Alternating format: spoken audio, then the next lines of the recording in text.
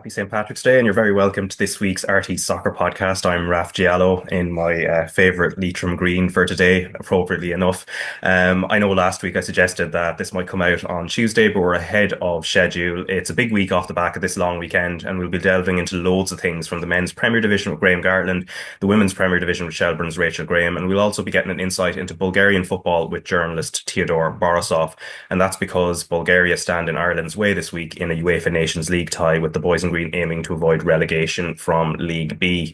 We'll have live TV coverage of both legs. First leg in Plovdiv will be live on RT2 and RT Player on Thursday at 7 p.m. And we'll also have the second leg on Sunday on the same channels, plus radio commentary of both games and live blogs on rt.ie/sport. For the radio schedule, just check out the RT website for more details on where and when to tune in. And also, this is going to be a very long podcast, so do make sure to make liberal use of the timestamps function. You'll find that on the RT website, but also you'll find it in the description box on YouTube, because this is probably going to be in and around a couple of hours or so. So if you want to jump ahead to a certain section of the podcast, feel free, or jump back, or whatever you want to do. It's really up to you. But first, we're going to preview things from an Ireland perspective, and I was joined earlier by former Ireland, Tottenham and Fulham defender Stephen Kelly, who will be on co-commentary on Thursday's RT2 coverage. And first, let's listen to Hamer Hallgrimsson on Seamus Coleman's omission and the right-back situation. He was speaking to Tony O'Donoghue on Thursday. Does this signal, though, perhaps the beginning of the end for Seamus Coleman, Shane Duffy, players with vast experience, but you've overlooked them for this squad? No, absolutely not. I think everybody has their time, and now it was these players' time. Seamus, of course, has been absent and had not been playing for a long time. I spoke to him yesterday. Obviously, he wants to be involved, like everyone, and was not happy about it, but understood. And he's now competing the position with Jacob Ryan, who has played really well at Everton, and Doherty Sane played that position really well for Wolves. So I think we are in a good moment, and a little bit different moment from my past camps. Now our players are playing day in, day out, so we have good match fitness in the team. Did you consider Seamus's leadership role within the squad, whether you even thought of him as a playing member? Yeah, he would always be up there, and that's why I called him yesterday. Even though he hasn't played for a long time, I still consider him as the captain of the national team, and hopefully I've been unlucky not to have him while I've been here. Only the first game he played a few minutes and then got injured, so I haven't been lucky enough to work with him, but I'm looking forward to do that in the future. Right, delighted to be joined by Stephen Kelly. And Stephen, I hope you're keeping well on this St. Patrick's Day. And of course, we're coming into this March window where everything kind of changes. We've had a 4-month lull from the last time we saw Hamer Hallgrimsson's team, and it's a very different type of window compared to, say, June to September, where there's no football generally played then. We've had months of club football, so the narratives from November will have changed markedly. Yeah, it is. I think you're right in the thick of things, club wise, and you're at a stage now where you get into that really important stage of the season where for some guys it's relegation, for some guys it's promotion, and the clubs are never too happy with you going away at this stage, knowing that when you get back it's into what is usually a pretty hectic schedule around the Easter time. So it's always a bit of a weird window, but for us, for Ireland, it's an important window because there's actually something at stake here. You know, we're playing in a playoff position, hopefully not to be relegated in the Nations League, and it's something that the manager, I presume, has really thought about. And interesting with the squad announcement, players been added to it, some players been left out, and just, you know, you want to see those players come in, but most players have had a big chunk of the season under their belt, so fitness wise and playing wise, they should be at a peak really. Yeah, and looking at some of the new names and how the squad was constructed, so the Watford duo Rocco Vata and James Abanko, as we just discussed on last week's podcast. We've also got Jimmy Dunn in the squad as well. He is still uncapped, but he's been doing really well at QPR. Also filling in at right back, which seems to be a very bit of a theme with a lot of our defenders at the moment. Is his former QPR colleague Sinclair Armstrong, who has one cap as promoted from the 21s. He's at Bristol City, of course, these days. Gavin Bazunu is also back. No League of Ireland players also left out is Andrew Moran, who has impressed while on loan at Stoke and was close to the squad according to Hamer.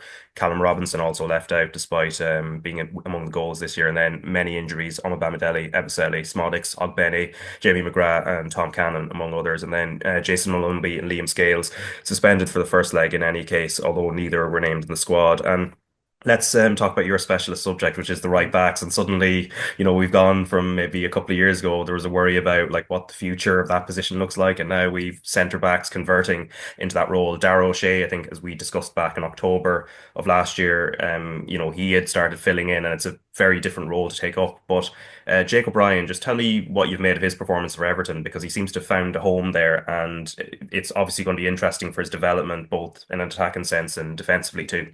Yeah, it really is. I was there for, I think, his second game in under Moyes, Everton versus Tottenham.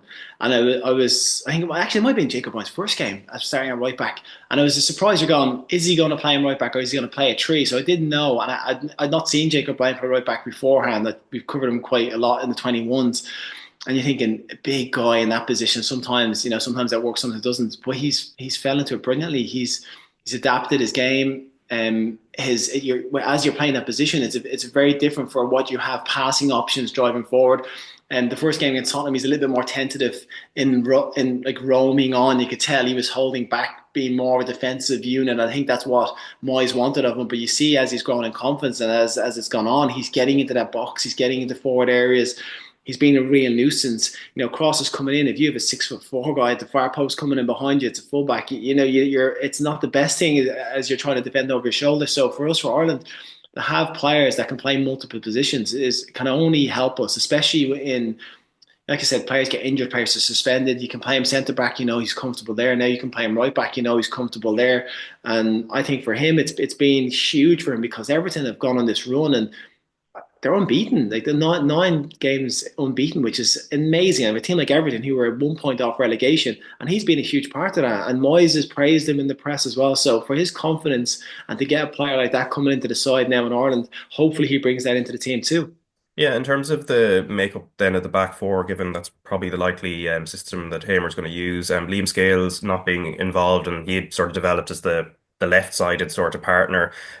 Would you be of a mind that if someone like, say, Jacob Ryan is playing in a position at club level, that you just keep him in that role when he comes into the international squad, and then maybe you shift maybe Darragh O'Shea across to play centre back? Yeah, I would think because O'Shea's playing centre back for his club and O'Brien's playing right back for his club. So why tinker with that? Why it's not something that you have to try and fix. And as a manager, giving yourself a problem, it doesn't make sense to me. If you have players that are playing those positions and you can just automatically put them in, and there's no thought process. We're going to play very similar to your club. You don't have to worry about it. We don't have to adjust things. Just go and do what you've been doing every week. That's an easy thing for a manager to have to come in and say. So I expect that to be the case. Whether the partnership is going to be Collins and O'Shea at centre back, which I think might be the case, and then O'Brien right back, looks like a good fit. It really does. But then you throw Matt Doherty into that collective, and whether he has an opportunity to play. But I'd say O'Brien has, with his form and with the club's form, you would say you play players based on what they're doing at the moment, and he's the one that's in form. Yeah, and I remember the last time I was speaking to you, you felt there's more maybe to come from Chidozie Ogbene in terms of using his pace. Obviously, he's been out injured since then now. Festi Ebisele also, unfortunately, out injured for the current moment.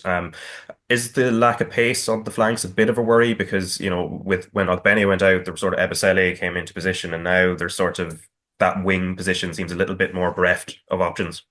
It is, and I think, listen, having natural pace in the wide areas just adds a dynamic to your team from an attacking sense, and then from a defensive sense, from pressing. You have those players that can really quickly go and put pressure on the opposition, which you can get turnovers really high up the pitch, and you don't have that just natural blistering speed. You have to change it, but as a team, you have to adapt. So will we have the opportunities to play balls in behind as quick as we would like, or to, catch teams on that counter-attack? You have to adapt slightly. So it means a slightly more progressive building up game, but I still feel we're covered in the area, and we have players that are comfortable in the wide areas. It's just how we slightly adapt or change, because it's always lovely to have an outlet of someone that you can just put a ball into a space for them and know that you have a very good chance of them getting on the end of it and then getting you up the pitch, especially away from home.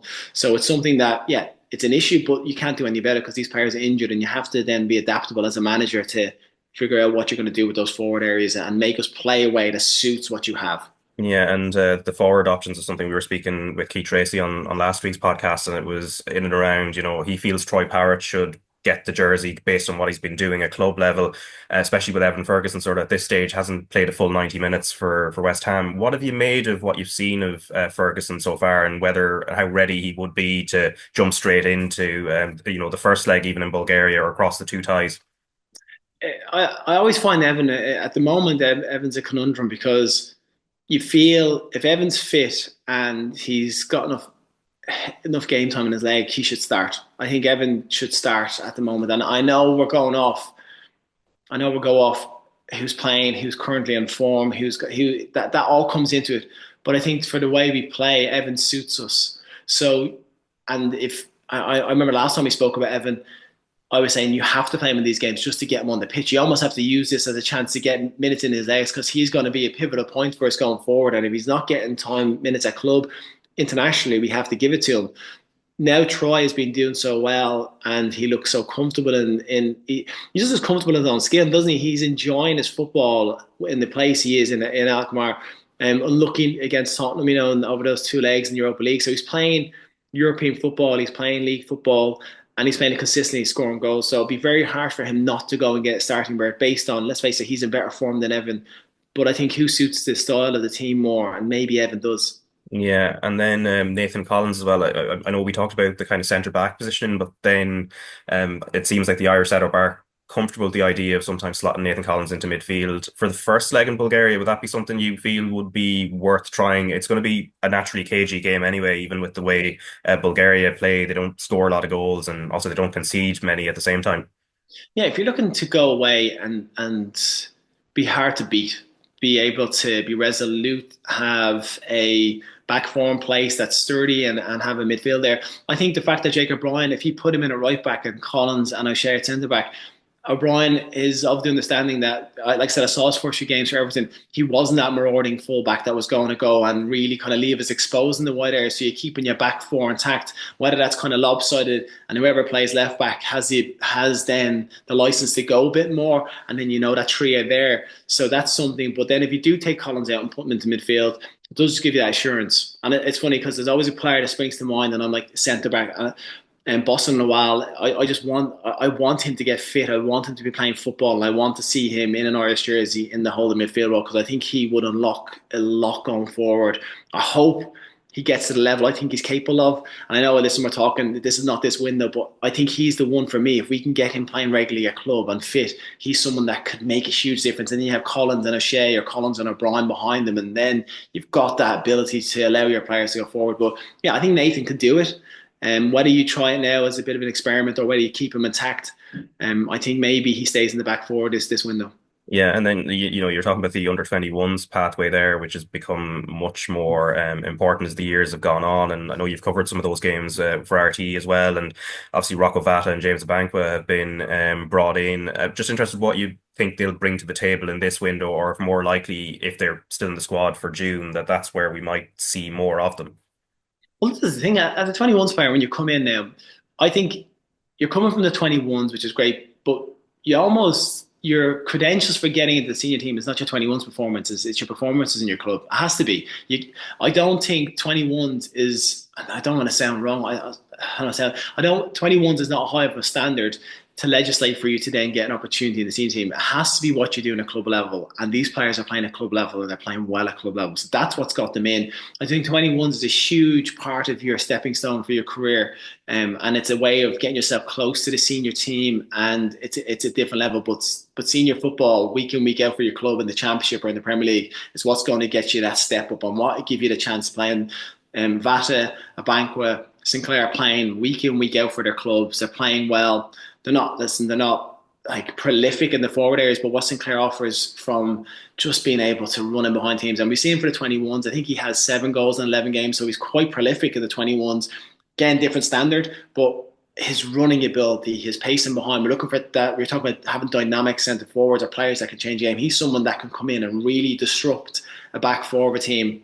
Vata a little bit more kind of just creativity in that park. And then Abanko, I think, has been excellent since he's gone there. So yeah, these players warrant a place in the team because of their league form. And 21s is an important stepping stone, but it's not what will get them into the senior team. It's their club form that will get them in. Yeah, and then Sinclair Armstrong, just to mention him as well, because as you mentioned, he brings something to the table on the pitch. I think there was a post-match interview, and I think it was one that kind of probably did quite well at the time. I think he was throwing out phrases like Janie Mack and things like that. But like he seems like a real character. This was at Turner's Cross, I think, Yeah, September 2023. He seems to bring a lot of character there as well, even though, like as you say, he's not necessarily prolific at this stage. 3 goals in I think 29 games at the yeah. moment for Bristol City, but he seems to have the right attitude in a certain sense. Yeah. Oh, I was lucky. Actually, I interviewed him that match with the Turner's Cross, and he has an infectious personality. Someone that he's smiling and he's happy, and he lifts the mood around the place. And it's always great to have characters like that in a squad. And then when he comes on the pitch, he comes in with a bang, doesn't he? He doesn't really pull his punches. He flies about, and in the 21s, he was really important with the way they played, and he affected the game. If he can get that to the senior team, it would be absolutely amazing for us because he's very different to Evan and Troy. He's, like I said, we're missing Ogbene and Ebisele with that pace on the wide areas. He's someone that can give genuine pace in the forward areas and be combative and press teams. And it's an outlet for you when you put the ball in behind. So, getting him up beside the likes of a Troy or an Evan could be quite an interesting partnership if we're down in games or if you're chasing something. And I think, like I said, his personality is someone that all managers would like to work with because he seems like he's got a really good head on the shoulders too. Yeah, and then just even sticking to the 21s, obviously they've got friendlies at the moment, and Mason Mealy, of course, is making the big money move from St. Pat's to Spurs, but for January 2026, obviously your former club as well, at Tottenham Hotspur. What do you think is awaiting him there, actually, in terms of his development? Because we're talking about things like contact hours here in Ireland at the moment in terms of coaching, but then Tottenham Hotspur and the youth academy there, you'll know this firsthand. That's operating on a very elite level. Like we'll have high expectations, but I'm sure it'll be a tricky thing as well to navigate. Yeah, so I've actually been doing quite a lot of work with Tottenham in-house. They're in media stations and stuff and all. So I'm getting to see the 21s and their underage teams, and obviously got my own experiences going there at 16. Like when I know for you talk about players going across the UK and a lot it doesn't work out for. But going to Tottenham at 16 was such a jump, and it changed. It was exactly what I needed to propel me to the next level. The level of intensity for training, the level of intensity, the standard of players you're playing with. And then if you're in that touching distance to the first team, you get to train with them on every now and again. And listen, getting to know Ange and how he works and the faiths he's been kind of forced to show in the young players they brought in. You look at Archie Gray, you look at Bergval, you look at Pape Sarr, you look at even Van de Ven is 22. Like Tottenham have always had quite a good, but the last kind of 10, 15 years have got a really good understanding of getting young players into the first team squad. Mikey Moore, 16, 17 years of age. Like these players, if you're good enough, you'll get a chance in their senior team. You get a chance to train with them. They'll bring you forward. And for Melia, it's an opportunity for him to go, listen, I want to hit the ground running. He doesn't want to see himself as a youth team player. And I think that's going to be a transition for him because he's gone from playing men's football to potentially playing youth football again, which is not the same. And that's something that he will have to deal with quite quickly. If they're willing to loan him potentially because they don't want to stifle his development, Tottenham are good with that too. But they're going to want to get a look at him. They're going to want to get him in the door, have him day to day for at least the first few months to get a good feel of what he's like, how he adjusts, how he gets on, let him get to an understanding of the surroundings. The training facilities are one of the best in the world. Raf, they're sensational. The stadium is out of this world. Like it's a club that could be one of the biggest. Unfortunately, on the pitch, they're not doing it. So maybe that's something that plays into him as well. Because going to a team that's sensational is great, but going to a team that's not playing that well, you think, well, maybe I could take his place. Maybe I could push for a spot there because if I prove what I'm capable of doing, there's an opportunity. So for him, it's a huge chance, and it's a wonderful club to go to. It really is. I can't speak high enough of it. It was. I love the place. I'm a Spurs fan now after being there, and I love how they conduct themselves and how the players play. So, yeah, it's a great chance for him.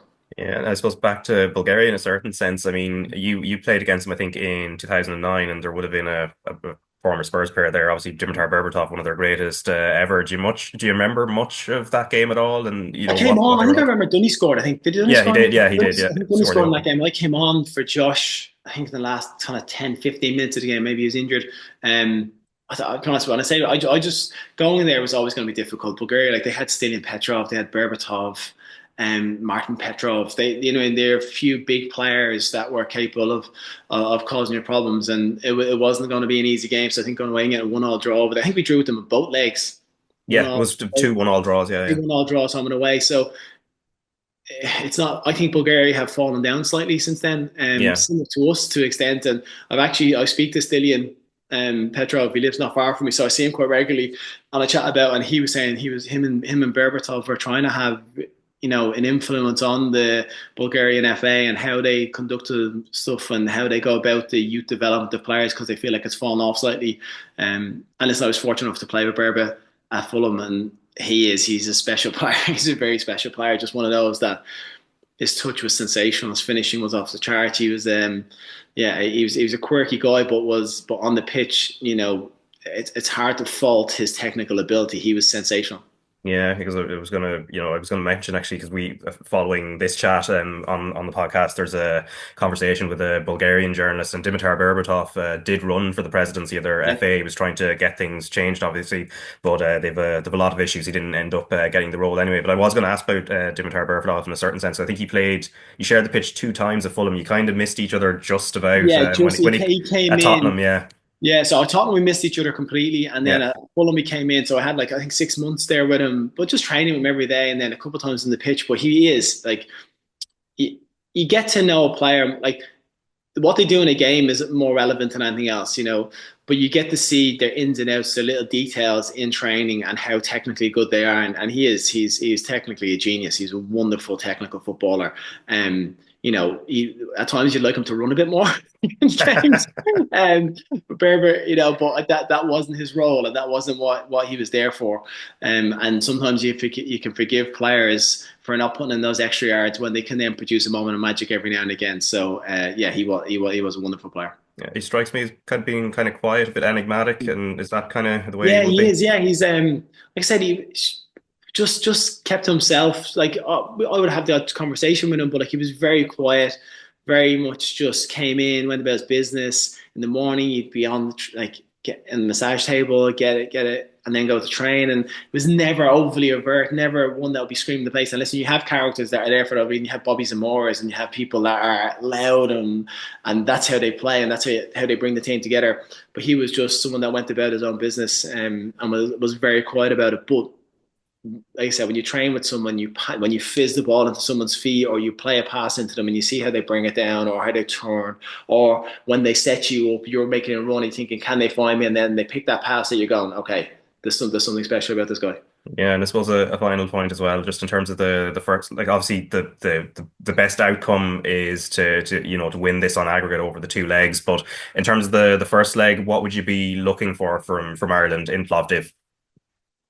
I would like a good, solid performance. I would like us to go over there, and I don't think we need to be fearful of them. I don't think us as a team need to be fearful of Bulgaria, and we have to respect them. Absolutely, you have to respect every opposition because international football you can get punished. Of course you can, but I think we have to have a level of kind of we can do this. I think that's what we're missing, and I think that if we can go over there and have a little bit of we're more than capable of coming here and getting a result.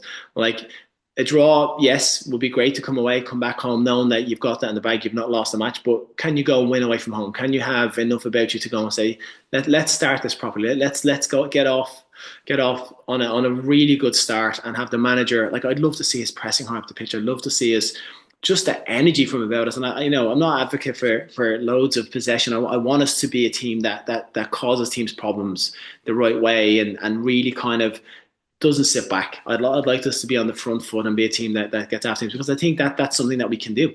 Yeah, certainly. I think it fits into the kind of national character of the way we've Yeah, always absolutely. played. Like if we think about obviously big Jack Charlton and that kind of Yeah, era and as it's like well. And it's yeah, it's hilarious, isn't it? That yeah, like you think of Jack and you think put them under pressure, and you think it seems so old school and wrong. And then you look at Pep and you go, what does he do with teams? He puts teams under pressure, and it's such a funny thing that you Pep and Jack shouldn't be in the same sentence, right? They really shouldn't for the way they play because we were playing long ball, and our way of putting teams under pressure was getting the ball up to the pitch and then pressurise them, whereas Pep was keeping the ball and then keeping it in their half of the pitch. But the philosophy and the idea is that if you win the ball back in the other team's opposition's half, you have a higher percentage of scoring chances. And that comes from energy, it comes from effort, and it comes from just a desire to want to win it. And that's what both of those people have. And it's a weird that you think like that, but it's something that should embody every Irish team. And I think it's something that we can do better as a nation and as a team. yeah. Well, we'll see how we get on anyway. So obviously you're going to be on co-commentary. So Yeah. Stephen, enjoy that game. Cheers, well, thanks. All right, so that was Stephen Kelly there, and he will be on co-commentary on Thursday alongside Des Kern in Plovdiv, and that's going to be on RT2 and the RT Player. Now, let's get the Bulgarian point of view from football journalist Teodor Borisov, who works for Tema Sport, among others. He joined me last Friday to lift the lid on some of the chaos around Bulgarian football in light of manager Ilian Iliev, who is also head coach of his hometown club Chernamore, tendering his resignation 2 weeks ago, but remaining in charge of Bulgaria for these two legs. All right, I'm delighted to be joined now by Bulgarian football writer Teodor Borisov, who writes for Tema Sport, and he's also co-authored a number of books as well. Teodor, thanks very much for taking the time. And I suppose to start off first, we've a lot of Irish fans traveling over to Bulgaria for this Nations League game. You know, a lot of them will fly into Sofia, the capital, but interestingly, the game is in Plovdiv. Why is that the case? Hello, thank you to invite me in your podcast. It was privilege to be with your audience. It's interesting question because it's normal to be this game to be played in the capital, but unfortunately, in the last 10 years, the relations between football fans here and the national team are not the best possible because for many people, this is not. Team who represent Bulgaria but represent Bulgarian Football Union. The fans separate both things, and that's why I don't remember which was the last game when we had sold out stadium in Sofia. We played against Netherlands, against England, against Sweden, and it was like 70% of the stadium. At the same time, you have completely new stadium in Plovdiv. Unfortunately, the condition of the pitch is not good enough, but the games which we played in Plovdiv was football fest with full stadium. We beat Northern Ireland there. So Plovdiv is a better option for our national team in this moment, and I can recommend this city to Irish fans. For sure, they will feel good there because this is a city with rich history. There is a lot of things to see. The local people are they can go with the local people for a beer or two, so they will feel like at home. Oh, very good. So it's about 2 hours, is it, from Sofia, more or less, by car, isn't it? Yes, this is not too far from Sofia. Before that, our national team played in Razgrad, which is closer to Bucharest than to Sofia. So, in every case, Plovdiv is better option for the Irish fans. Yeah, now I think a lot of Irish fans have been reading about the situation with the manager Ilian Iliev. Now there's a lot of layers to this, so I'm gonna get sort of the details from you now. So Ilian Iliev is the manager, but as was reported 2 weeks ago, he had tendered his resignation to to leave the role, and yet he's still going to be in charge. And can you just kind of explain what has been ongoing there? Well, the situation is not too complicated. I mean, this is a perfect example for the separation in Bulgarian society in general, not only in sports, but in political, in social aspect. The situation is that Ilian Iliev is head coach of the national team, and Chernomore, one of the leading teams in first division. It's not something unique in the history of football. I can mention one episode from your own football history. Johnny Giles is a player of Leeds United and at the same time player manager of the national team. I think it's more complicated to be player and manager than to be manager of both teams. But Chernomore is one of the leading teams in Bulgaria. I can compare them with Atletico Madrid and Ilian Iliev with Cholo Simeone. As a club philosophy, he's not defensive minded, but he's a realist manager. He wants to use the full potential of his player, and the style of play is physical with many tackles. The stadium in Varna is not in good condition, so they were undefeated like 1 year in Varna.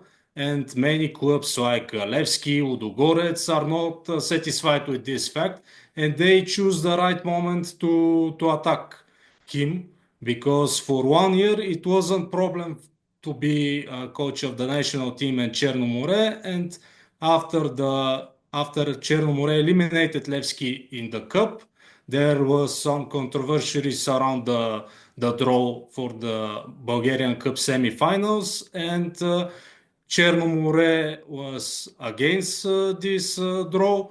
At this moment, the president of Professional Football League, Atanas Karaivanov, said that Ilian Iliev, he used his position as a national coach to support his team, and on the same moment, Ludogorets and Levski attack him with declaration and want him to leave the national team, or Chernomore.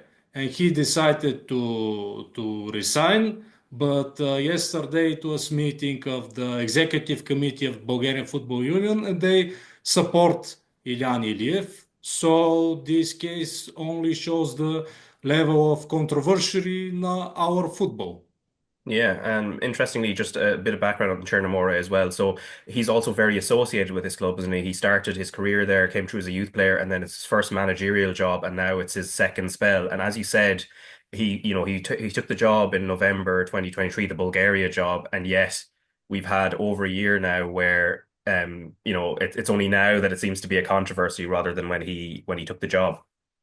Absolutely. I mean, in the past we had the same cases with Stanimir Stoilov or other Hristo Bonev in the end of 1990s. The coaches who combined club football and international football. But the situation with Iliev is, if you see the results of our national team, we started very well. We had a streak of games without defeat. The problem is we won against Tanzania and against Northern Ireland. The other games were draws. And for him was more important to create good defense, to have more clean sheets, because this was the main problem under the former manager Mladen Krstajic. And his unattractive style is not satisfied the football community, and everything was okay before the game in Belfast when we lost nil to 5, and in this moment he decided to change something in the team. Yeah, as you mentioned, those results. So the 10 games in 2024, 3 wins, including the Tanzania game, as you said, which was only 1-0, a 1-0 win over Northern Ireland at home, 1-0 win over Luxembourg, then 6 draws and the one defeat, which is, of course, the 5-0 against Northern Ireland. You mentioned that the style of football isn't exactly exciting the local fans. So there's 6 goals in those 10 games. But also, as you said, you don't concede a lot. You don't concede a lot of goals. So what is the formation? I was looking at it. It was like 4-1-4-1 sort of, or 4-2-3-1. 4-2-3-1 is the most used formation. He used the same formation in Chernomore. He used some of his players from the club team, like Victor Popov, Vasil Panayotov, of course, he's criticized for that because as a club coach, he can watch only the players from our league. He don't watch regularly our players abroad.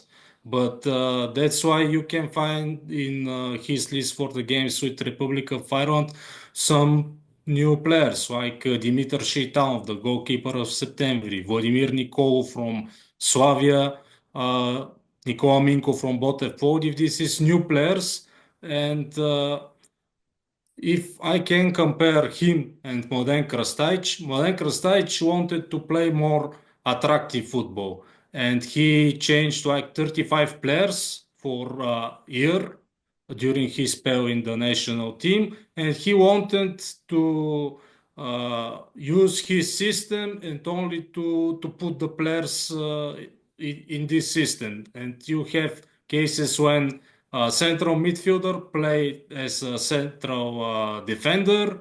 He changed the normal position of the players, and the results were not good enough. In the case with Iliev, you have a manager who want to adapt his coaching philosophy to the players which we have. We don't have players for joga bonito or tiki-taka. We have players with quality to play good in defense and to play in counter-attack. Yeah, it sounds a bit familiar. Anyway, I suppose the 5-0 does stand out against Northern Ireland because as you've outlined, the results in general have been very steady, not a lot of goals conceded, and then suddenly there's this outlier of a 5-0 defeat against Northern Ireland in Belfast. What went wrong? I know there were a lot of suspensions and players missing, but why did it all fall apart on that day? Well, when you have games when you concede 5 goals and the opponent have 4 shots on target, so something is wrong in that game. This is the record victory in the history of Northern Ireland. I think I'm sure they didn't expect this result too. But as you mentioned, Ilya Gruev didn't play. Maybe the most important player of this team. Fabian Nürberger on the left back. So unfortunately, the situation in our national team is that if you miss 2 important players, the result is that you don't have enough quality players to replace them. So if we want to have good results, we need of all our players in their best form and a lot of luck. Without any of these elements, the results are not good enough. Yeah, and the standout name is the captain and the winger. So Kirill Despotov, who's at PAOK Salonika in Greece. So 15 goals in 54 caps. Would it be fairly clear that he's far and away the key player for the team? Yeah, this is the most dangerous player for the Irish defense. The problem is he's not regular player in his club team. Uh, I can mention Filip Krstev from Svole. Uh, your audience can find a video of his goal against PSV Eindhoven. He was player of the round in Eredivisie because of this goal. For me, he's the player in form from our attacking formats. But of course, I will mention Dimitar Mitov, our goalkeeper, who have good season in Aberdeen. Unfortunately, in Scottish football, in the situation when Celtic destroy everything, it's not. They battle for the title to November, which is great achievement for Aberdeen in this situation. Mitov was key part of this team. Yeah, and what like I suppose as you said, there's a divide where it comes between the fans and where they see it as sort of there's a Bulgarian national team and then there's the BFU, the Bulgarian Football Union. So are they going into these 2 games against Ireland? And from our point of view, like we're in a period of uncertainty as well. Results over the last 3, 4 years have not been particularly good. But are you going into that game as like with the sense of being underdogs, especially being in League C compared to League B for ourselves? Fortunately, our football fans and Bulgarian football community are pessimist in general about the development of our football.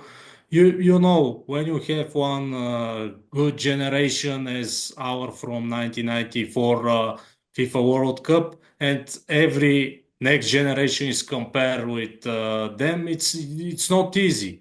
And the problem is when you don't have results of the national team, when you have championship where one team dominates 13 years in a row, Ludogorets will be a champion for 14th time this season, and they are one more, and they will equal the world record of Tafe Vanuatu. So to compare our football with nations from Oceania is not okay for our. When you compare in the past with Germany, with Italy, you see, the problem in general is the management of Bulgarian football, but not football union. I talk about the clubs because their policy is only focused on the foreign players. When you Yeah. have too many foreign players, when you invest in them, when you don't invest in the football academies, it's not possible to find the new Stoichkov, Balakov, Lechkov, and the other from this golden generation. And that's why only Ludogorets can play good in the European Cups because they have good structure as a club, but the other clubs, their structure is like you buy 15 new players every transfer window. Half of them will be sold on the next transfer market, and after that, 15 new players will come. And you don't think in perspective; you think only day by day. Yeah, because it is interesting. You mentioned Ludogorets. I was going to ask you about that because, you could look at maybe one club doing really well in Europe where they're in the Champions League and the Europa League, and you might assume that it's a sign of good health in a football nation. Yet, as you point out, the core of their squad is almost largely foreign players, so there's no real benefit to Bulgaria in that sense. Yes, I'm sure Ludogorets is familiar for your audience because they played with Shamrock Rovers three Yes. years ago and Yeah. they eliminated them. So Ludogorets is a good example for successful business project. They played twice in Champions League group stage, had good games against teams like Arsenal, Real Madrid, Liverpool. But when you dominate in your league year after year after year, in these 13 years they were in danger like four times, which is not good enough. If you don't have competition, you don't have quality, and that's why they play with themselves in our league. And the problem is that. Everything started in 1990s, the time of political changes in Bulgarian football, because this generation from 1994 is mix of the sports system of socialist Bulgaria with sports schools, with good scouting of the players, but in their best years they went to West and played for good Western clubs like Barcelona, Bayern, not to mention every club where we had a player. But in this period, Bulgarian football was connected with organized crime, with corruption, match fixing, money laundering, and the presidents of football club prefer to find foreign players to invest in this, not in the local players. And after 20 years, you don't have any player like Berbatov, Martins, Ilian Petrov, because the policy of the clubs and football fans, which blame our football union, they supported this policy of their own clubs because they want results, they want cups, they want titles, and only in this moment when the result of the national team are not good enough, they talk about the change of the system. But from my point of view, if they wanted to change the system, they must start with their own clubs. Okay, that's very interesting because I was going to ask about the the fall of communism and how that changed because like let's say your neighbors in Romania have also had a similar trajectory where you have Georgie Hagi and these kind of great players at a certain time where there's that bridge between the late 80s and into the early 90s where there's that major social change and then they've kind of dropped away, but not just in football. I think also their rugby team has had a similar trajectory like that. So there's the other issue of things like the falling birth rate, and that's maybe might have an impact also with the production of players. Do you feel that's also a bit of an issue for Bulgaria?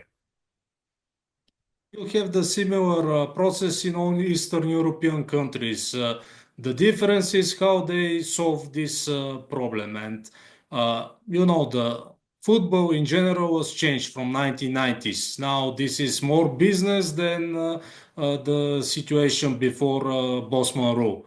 And now is for every country it's important to have good connections with the football agents because you must have good players, but you must have good connections to show these players to the right clubs. Because after the success of Croatian national team, you can see where their players go. Every leading European club want to have the new Modric, new Rakitic, from Serbia, new Vlahovic or Mitrovic.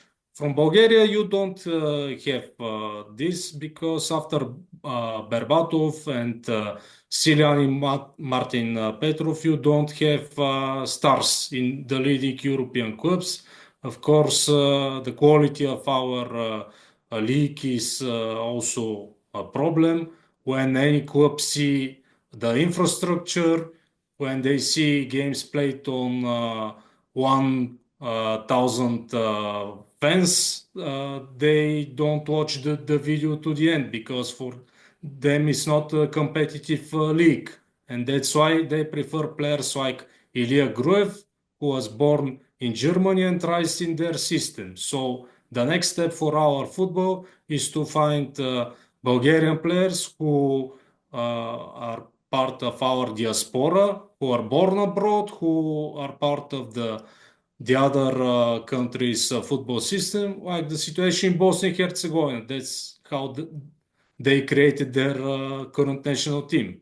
Yeah, exactly. And going back to Berbatov as well. So he's probably the last like top great player you've produced in Bulgaria in that time. And coincidentally, he was part of the last major tournament squad in Euro 2004. Interestingly, in recent years, he did try to run for the presidency of the BFU, and this was off the back of Barslav Mikhailov, who used to be in charge of it for a long time, and was under a bit of fire from and criticism from outside. Obviously, Berbatov didn't become the BFU president, but what was he advocating? What change was he looking to make? The problem is not the president of the football union. It's not popular opinion in Bulgaria because they blame football union for everything. But from my point of view, the elections for president of football union is between clubs. They choose the man who will rule the Bulgarian football. And if they want to change something, they must vote for Berbatov or for other person. They vote for Mikhailov during the years. They vote for the new president, Georgi Ivanov. So the problem is in the clubs because there are some people who are there like 30 years in one club, and it's not normal to expect they will change something because they work on the same way year after year after year. So when the people in football in Bulgaria in general will change, the whole situation will change. And the problem is Berbatov is, when you play too many years abroad, you have different mentality. When you come back to your own country, you see the reality. And in the first moment, you don't realize that, but you learn on the hard way how things in Bulgaria work. Okay. And just on you mentioned the generation of the 1990s. So Hristo Stoichkov, who I think, as you referenced, played for Barcelona at the highest level, USA 94, getting to the semi-finals. I think everyone remembers that, all around the world. And, that you've Konstantinov, Balakov, and the late, unfortunately, passed away many years ago, Trifon Ivanov as well, who I think everybody recognizes just based off his appearance as well. That generation, as you said, they are legendary, but has their star become even bigger because of all the problems that have followed in the years since? Well, now, if you ask any Bulgarian fan about Stoichkov, Mikhailov, or other players from their generation, their first association will be with their time as part of the management of Bulgarian football. For them, they are not anymore the heroes of the nation. Oh, They really? are only the guys who destroyed Bulgarian football. This is the fans' mentality because they think during the time of Mikhailov, he destroyed personally Bulgarian football. But as I said, there is one narrative if you talk about the fans, but if you talk about general picture, I'm not sure we must blame them for everything because they had successful careers, they played abroad, most of them were national coaches. Stoichkov was coaching La Liga, Balakov was coaching Bundesliga. They have successful business projects, but the situation in Bulgarian football is a problem of all of us, not only of the management, but of the fans, of the clubs, and you can see the final result because in with all respect, in the past games with teams like Republic of Ireland will not be problem for our team. But in this situation, as you mentioned, we feel like underdogs. Not because you're poor team. Don't get me wrong. You have quality enough players. I'm not sure how our defense will stop Adam Ida or Troy Parrott, but in the national team is the peak of the pyramid. If you don't have successful parts, the other parts of pyramid are not successful, the peak is not there. Yeah, well, that's good news for the Ireland fans anyway, I have to say. But I suppose the final point I will put you is, like, I know you're really interested in the history side of things, and um in fact, Ireland, the what we now recognize as the Republic of Ireland national football team, our first ever game was against Bulgaria in 1924. And this is something I was exploring last year in a documentary for RTÉ that's on our RTÉ Sport YouTube channel, which is called We Always Had Paris. So if anybody wants to check that out, it is there. Kind of goes back to that Olympic Games from 1924. But from a Bulgarian point of view, what was the history like at that point of view? Because I was sort of looking at it from the Irish side. Well, our national team was formed only for these Olympic Games 1924. Our football federation is formed to have a chance for our national team to participate in this competition. Before the tournament in Paris, we went to Austria and lost nil to 6 against the local national team.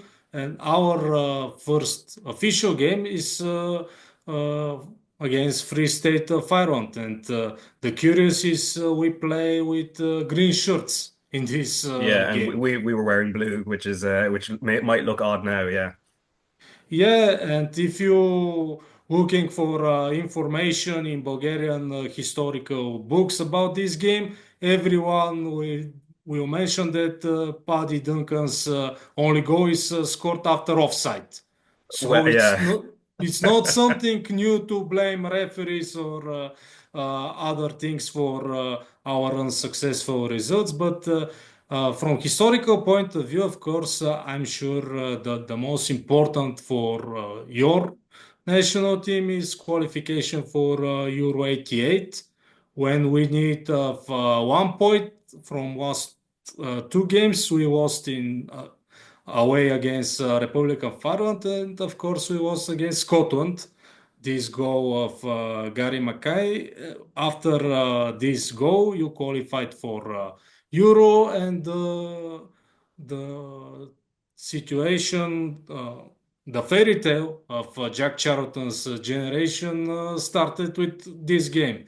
But from historical point of view, in all games, there are really equal games with one of these games in 1977 is with 4 red cards. So I don't expect the most attractive football in the world, but I expect battle for the pride of our nations, of course, with fair play, without any problems. Of course, as a sport journalist and expert, I can say that your team is favorite, we are underdogs, but as a Bulgarian, you can see, as a football supporter of our national team, I hope that our players will give 100% of them and we'll have good results. Very good. And the Paddy Duncan goal, I did interview his grandson for the documentary. There was no VAR at the time, so I don't think there's a way we won't be able to check whether that was actually offside or not, obviously. But look, we are too young to remember this game. Oh, very much so, very much so. But look, thanks very much for your time. Lots of great information there about not just the current Bulgaria team, but also the history. Teodor Borisov, thanks very much for your time, and we look forward to the game in Plovdiv and obviously the game in Dublin. Thank you and good luck. All right, I am delighted to be joined now by Graham Gartland. And Graham, welcome along on this St. Patrick's morning. Very grey outside, but we'll survive. We'll do this instead. I suppose first off, what did you make of the Ireland squad that was picked last Thursday? I think the three goalkeepers speak for themselves. Jake O'Brien, who scored again yesterday, 100% deserves to be in it. Collins, O'Shea, James Abankwah coming in is a big one. Maybe for just that extra cover in the right back area. O'Dowd and Robbie Brady in at left backs, and Jimmy Dunn getting called up, who's had a really good season at QPR, and they had a good 2-2 result against Leeds at the weekend.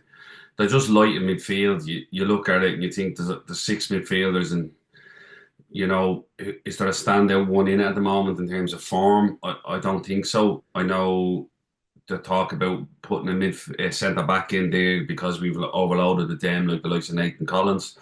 I do think Rocco Vata can drop back in and play in one of those trees, but has he got the defensive mindset to maybe do it at times? I don't know. The front line, like Sinclair Armstrong comes in, he's done really well. Mikey Johnson can play off the left or the right, or predominantly off the left would be his favourite position. And then it's between Ferguson, Edith and Troy Parrott. And then with Sinclair Armstrong maybe he's back up to lead the line. So again, it's stating the obvious, but we are just a little bit short in the midfield area. But look, Bulgaria, we were talking about it. Bulgaria aren't great shakes. They're ranked 82nd in the world. They're not doing brilliantly. They're trying to get promoted up. We should have too much for them defensively. I think we should be able to keep them out. And you're hoping that, like with the form that Troy Parrott's in, backed up by Adam Ida, and then obviously can Evan Ferguson get more game time under his belt just to get that sharpness back? Yeah, you'd expect positive results over the 2 games. Yeah, now the issue of calling up players from the League of Ireland and specifically from Shamrock Rovers has been bubbling under for a few weeks, as discussed on this podcast over the last month. It partly stemmed from Stephen Bradley criticising comments from him or Hallgrimsson that were made late last year about Rovers players as European exploits and how it would hopefully help them, quote, get career change from this success. Now, Hallgrimsson says his comments were misinterpreted, which he had said on the Late Late Show a couple of Fridays ago and reiterated in a chat with Tony O'Donoghue after naming his squad on Thursday. So let's just have a listen to what Hamer said to Tony. Now, first of all, if I said it in a way that it could have been interpreted like that, I apologise for that. That was not the purpose of this. So I was just complimenting Shamrock and what the attention of doing so well could lead to. Just the attention. Normally the attention goes to the players, the coach, but also to the club. What is the club doing? So it is a positive spiral. But if anybody has followed me as a coach, I've normally taken players from the domestic leagues and thinking outside of the box as well, finding players. So it was not the purpose, or far from the truth, that I would say something like that. But if somebody could interpret it in that way, I apologise, but that was not the purpose. But so, did you have League of Ireland players in your provisional squad? Yeah, so we have in our squad Josh Honohan and Johnny Kenny as well, because he did so well for Shamrock, and I've been more or less seeing all the games in the Conference League, the Shamrock games, and they have been really impressive. But that is just it. Now we have selected the squad, and we take the squad to Bulgaria from the players that we think can do well for us, and there's no League of Ireland player in it, but they are close to, and hopefully we'll get a chance to select them and show and see them in our environment. All right, so that is Ireland manager Hamer Hallgrimsson there speaking to Tony O'Donoghue last Thursday after naming a squad, and as was reiterated there were two League of Ireland players, or two players that have been associated with Shamrock Rovers, one current in Josh Honohan, the other one Johnny Kenny, who isn't at Rovers anymore and is back at Celtic in the squad. Graham, what did you make of the debate over that last few weeks when it first started bubbling over, and then when it emerged that two players would be included in the provisional squad, and now when you see the outcome where there aren't any players that have been associated with the league, whether they're still there or have been playing there recently? Yeah, there's obviously 2 points to it. I think the fact he's come out and apologised and saying he was misinterpreted, I think the league it's always fighting to be thought of in a positive light and with massive potential in it for the players. So I understand Stephen Bradley's point of view on it as well. It's like, look, if you speak down about it, it's not going to help it. I think you can speak in a way that is positive about it, but also constructive in trying to bring it forward. I think, like you said, he's honest enough and he's man enough to say, look, I apologise, it was misinterpreted. I think the likes of Johnny Kenny, his form in the Europa Conference was exceptional. He was really good. He was the top player for Rovers. He was one of the most dangerous players they had, him and Farrugia, and they probably missed them. But he hasn't got the minutes at Celtic, so it'd be hard to put him in ahead of the lads who are in there and are getting the minutes. Obviously, Evan Ferguson might say, well, he isn't getting the minutes, but he has played for Ireland previously before. Josh Honohan's a bit unlucky to miss out, but you're unlucky in the sense that the players in ahead of him are playing at a Premiership level, or a Championship level. James Abanko's playing with Watford, Jimmy Dunn centre back. Like Matt Doherty is playing in the Premier League with Wolves. So I think Josh Honohan's a little bit unlucky in that for two reasons. Obviously the Europa Conference and his form, and just the people that are in ahead of him. And sometimes that happens. Somebody in your position is playing at a higher level. But I do feel down the road there is a place there for Honohan. Who else comes out of the pack in League of Ireland? I don't know. We just have to wait and see how the form goes. The league won't settle down for another 10 games.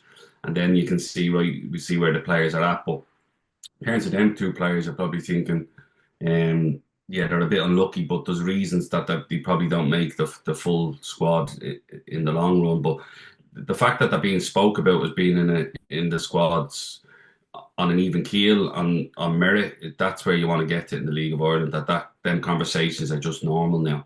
Yeah, and is there a lesson to take out of it in a certain sense now in terms of who's advocating for the league, that actually having someone like Damien Duff in the league, having Stephen Bradley there, and they're using their voice and that it's carrying weight, and then Stephen Kenny as well because of his status as a former Republic of Ireland manager, that's actually they're ambassadors for a league in a sense that maybe that wasn't necessarily there before, and it actually strengthens the case for the clubs. I think there always was. I think there was always ambassadors for the league. Going back to when I came into the league, the likes of Brian Kerr, Pat Fenlon, Pat Dolan was a massive voice, and always pushing the league. Yeah. There was a lot of big voices back then. Paul Doolan. There was massive voices. I just think it's been heard a lot more. And the reason it's been heard a lot more is that the level is nearly not equating, but back then you had players that were playing Champions League for Manchester United and we were semi-part-time. So very hard for us to fight that corner and say, look, we need to be in and around this. Jordan them 2000s, then a lot of lads who have gone on to get, there's some lads who came over earlier in the 2000s that went on, I know they've gone and got more than 50 caps, like Seamus Coleman, James McLean, Ford the goalkeeper, Murphy the goalkeeper.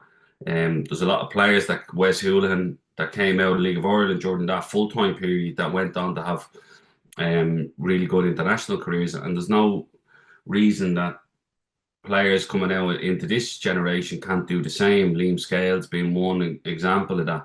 So I think that's where it's more, we're not advocating that these go in ahead of lads who are playing at an unbelievable level. They're playing at a level above. Some of them are in the Premiership, and some of them are in the Championship, some of them are in the Scottish Premiership. So it feels like it's equating a little bit more, and that way that voice can, it sort of makes sense to people. So that's where I think the argument is coming, is that, look, we're doing this, it's a good faith argument, we're arguing on behalf of the league and the players, but like the thing about the league, and we can look outward as well sometimes, we have to look inward and fix it. There's a lot of talk around the pitches, there's a lot of talk around the facilities.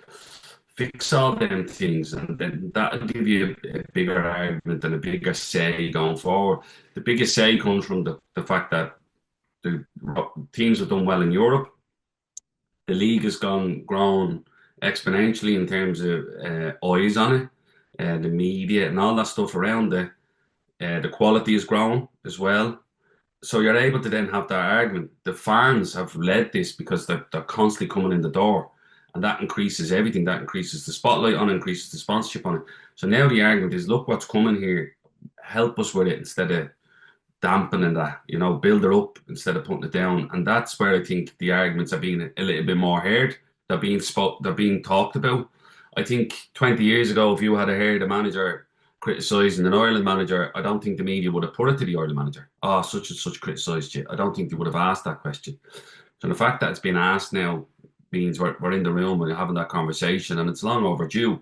But again, I know it's easy to come on here and be critical of other things, and I try and find the balance in it where you're like, well, I can understand from an international point of view, but I also understand for the league that's been fighting, been on an even keel for so long, and we just want that feeling of belonging, and we've taken it. That's the bit that hasn't been given to the league. It's been taken because of, like you said, the people running it and the fans and everybody getting behind it. But there's still a long way to go, and I think one of the things we always say is control what we can control. You can't control who the FAI manager, the manager of the national team picks. Can't control that. So you control what we can control. Improve the facilities for the young players, improve the facilities for the fans going to the games, and improve the facilities for the players using the pitches. They're the things we can control, and make that better, and the product will become better as a result. Yeah, now I mentioned Stephen Kenny earlier, and obviously he'll be happy off the back of Friday, a 3-0 win for St. Pat's team over Bohemians. And one of the things out of it, and it seems to be a bit of a trend with Bohemians, what do you make of the way they defend balls into the box? I don't think it's Talbot's strong point in coming for crosses. I think he's a really good shot stopper, but I don't think crosses into the box. Because of that, it creates an apprehension. It tends to be the second ball, so they nearly all collapse and defend the goal, and then it opens up the shots from the edge of the box. And we've seen that with Forrester's first goal, and it happens quite a lot. And it happened quite a lot last year. I remember doing a game and they conceded two from the edge of the box where very similar ball just spilled out, and they just don't get out to the ball quick enough. So there's an element of the positioning as the ball comes in, and reading the flight of the ball and reading what type of header the centre back's going to have. So it's understanding the game where, look, he has a free header in the box, he's going to head it a good distance, or he's under pressure. Let me see where this is going to go. And generally, if you can get to if you're defending the D, you can always get out to a wide area where very hard if you're in the wide area to get back in, and you're giving up the middle of the goal. So I think in that sense, the centre midfielders are probably a little sitting on their back line a little bit too much, or the midfielders, and the lads who are going and attacking it. The biggest thing for that as a centre back is I need to be more dominant in that area. They need their back players, or the lads who are attacking the ball, to be a lot more dominant and a lot more aggressive. I don't feel they're aggressive enough at times in terms of dealing with that or getting to the ball. And then if the more aggressive you are, then you don't need the lads to be as close to you so they can get out to the second balls. And if you don't get enough purchase on the first header, at least they're in a position to get to the second ball. And it starts with that. So the more aggressive you are, the more consistent with your head, and the more the lads will trust you to get to it. And then your midfield can go, right, I don't need to protect that as much. I can edge up a little bit. And I'm not talking about midfield centre backs here. Obviously, from dead balls, everybody has to get back and defend. But as soon as somebody puts their name on it, then you have to see, right, where's my man and where can this drop? And I just think to get to the first ball, they need to be a lot more aggressive. And then the second ball, they need to get to that as quick as they can as well, because they're not picking up them. And you've seen that with Forrester's goal. Really good finish, but they just don't get to it. Talbot doesn't get enough purchase on the punch, and then they're just not picking the second balls up enough. And it's too easy to say, oh, they're not getting enough second balls, but there's a reason for it, that they're not dominant enough on the first ball. So if you're heading them 20 yards away, you're not going to notice it as much. So get more dominant on the first one, and it allows then to build confidence into getting to the second balls then. Yeah, and you mentioned Forrester, who capitalised from that ball dropping to him at the edge of the box, but his fingerprints were all over this game in the end with the second and third goals then. Yeah, he probably missed them in the first few games. They missed that bit of creativity in the draw against Drogheda. We done the game down in Waterford, or down in Galway, and Galway totally deserved a win, but they lacked that bit of creativeness, Pats. And in this game, when you talk about, the lack of aggression in Bowes, would have suited Forrester down to the ground. Like, Bowes had more possession in the game, they did a lot more, and it's the same amount of shots on goal, but Pats were just clinical. And Melia's goal then, and then McClellan scores late on. So that's where I heard Alan Reynolds' interview after the game saying, look, we done really well in the game, we just, small bits of it let us down. But Pats were clinical with their goals, and Forrester, because when there's no aggression in the game, Forrester can come off and play and find little pockets, and that's what he does. And he was excellent on the night, and I think Pats have missed him, especially when he brings that calmness to it. And he missed him in the first few games, and that creative spark that he brings as well. So yeah, he's been excellent. He really has. But it was interesting to hear Kenny touching on like Brandon Kavanagh and Bagley after the game, saying them two give them a lot of energy. And I always felt Forrester done well with energy around them, where there was runners in front of him, going back to Conan Bourne on the right wing, and we drop into that little pocket and release Conan, and Conan's willing to run all day. Or Kavanagh was a Git up front that used to play for them as well. Git Fagan, again, just energy around him, and allowed him to just come off and relax and play. And he has that now, and with Mulroney, Elbouzedi, Kavanagh, Bagley has energy and legs around him that allows him to look like he's the relaxed player on the pitch then. Yeah, and then Drogheda United, still top of the table, but their unbeaten run is at an end, losing 2-1 at home to Shamrock Rovers. You have to fight back to get those couple of goals. But there was something really interesting with the way Drogheda pressed, Graham, which I think was almost like watching a bit of a carbon copy of the way Warren Davis pressed in the game the previous week.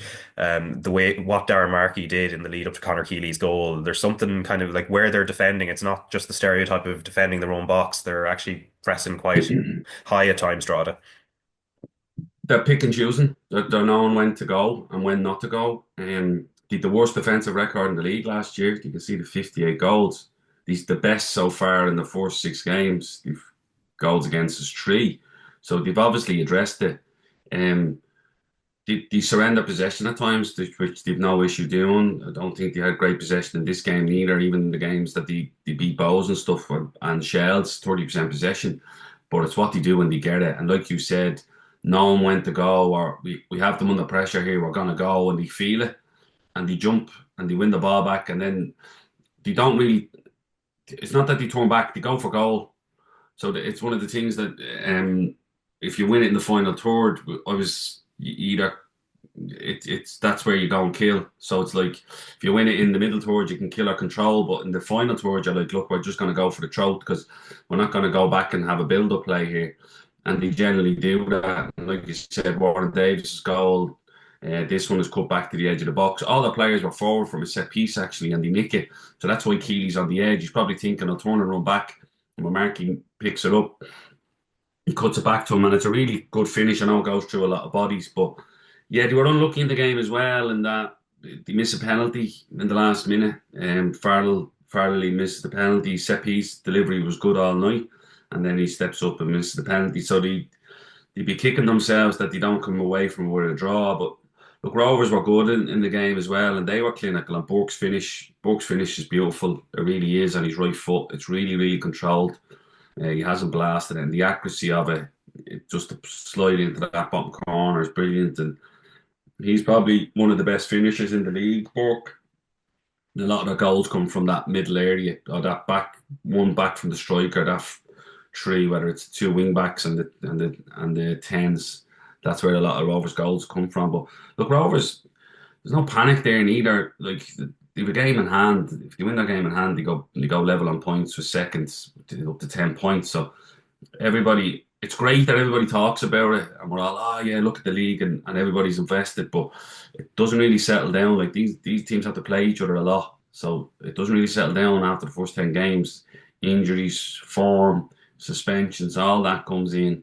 They're playing a few midweek games on the Friday, Monday games come, so it just needs to settle. And there's a couple of teams that are coming good, like Chelsea. Be disappointed they don't beat Cork. You know, your champions at home against a team that's just come up. Cork are 1-0 up. Chelsea had a lot of the game, like again, over 60% possession, a lot of shots, only 6 on target from about 20 shots. And Duff would be disappointed, but he also knows that they were flat. He said, oh look, we were flat first half. We gave Cork, we let Cork off the hook in terms of not coming out with that aggression.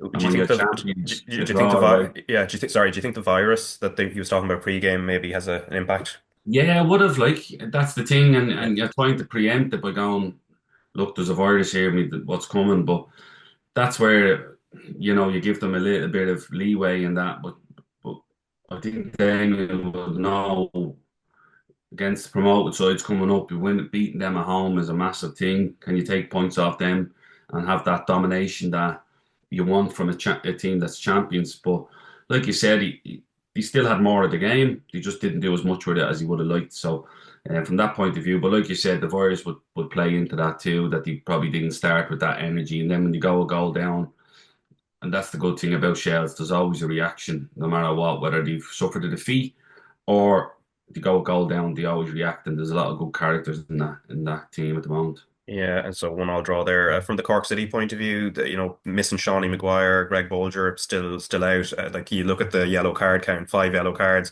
I would sort of read like that's a proper battling performance there from their point of view. Yeah, aggression. That's what, again, Col O'Sullivan as well had a brilliant year last year. Keaton does really well. It's opportunistic. I think it takes a deflection and it spills out to him and he's onto it. And like, sometimes I'm not saying you'd ever want to miss either Maguire or Keating. I'm not saying that, because they're two really good players, but it can change how you set up, where we can go, look, we're more comfortable in a 4-5-1 and we one striker now. So sometimes it can play into that, building that battle and performance. But I'm pretty sure with 30 minutes to go, we'd like to bring on Shawnee Maguire to try and get a winner as well. So there's an element of that. And that's just managerial decisions where you have to make that decision at times. But yeah, they have, look, they've been in most of the games they've been in. They've good performances. I'm sure Tim will be happy enough with how it's going this season. But like you said, there's a long way to go for everybody. I've only seen bits of them here and there, so I don't want to comment on it. I've watched highlights of all the games, but don't want to comment too much on them without having seen a full game and go, look, this is where I see they're at. So I'll wait. I always try and hold back until I see a team live, and then you can actually go, look, I can see what they're trying to do. So I've seen a lot of the teams live this year. I haven't really seen Cork live, so getting to see them live, you can actually watch how they build up, what they try and do in the middle phases and things like that. So be interesting to see how they do. But I think they're, like you said, they're willing to be aggressive, which at the moment, Bows are struggling with that. Yeah, and Galway, of course, have had that trait which has helped them as well. A 1-0 win over Waterford and Borden with the goal 10 minutes from time. And again, like, it seems to be there's often a bit of repetition when we're talking about the way Galway's goals are coming. But like, if you've got a superpower, which in their case is corners, set pieces, that kind of thing, you've got to use it, and they are using it to full effect.